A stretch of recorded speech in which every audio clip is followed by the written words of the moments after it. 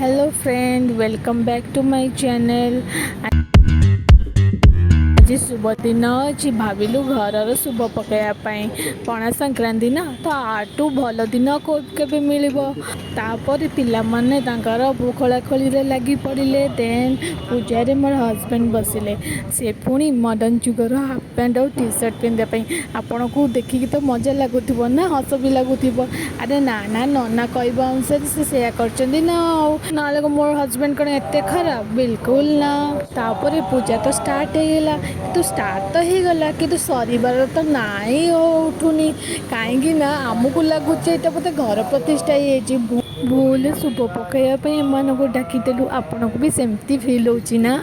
आउ जहाँ घर एमती पूजा हो मत कमेंट बॉक्स में जनइबे तो मे भी आमे भी रंग हो ना, एमती भी प्रोसेस थी। और छाड़ू बाय द वे मो हजबैंड आज बहुत काम भल कम करमती तो नॉर्मल दिन से टोटाली काम ही करती जहाँ मो सासू माँ शुणे से फर्स्ट टाइम एमती पूजार बसुँच आउ एक्सपीरियंस ना बट भल से मैनेज कले। सो केबे केबे तो क्रेडिट तो दबाक पड़ो ना, हाँ कि नहीं?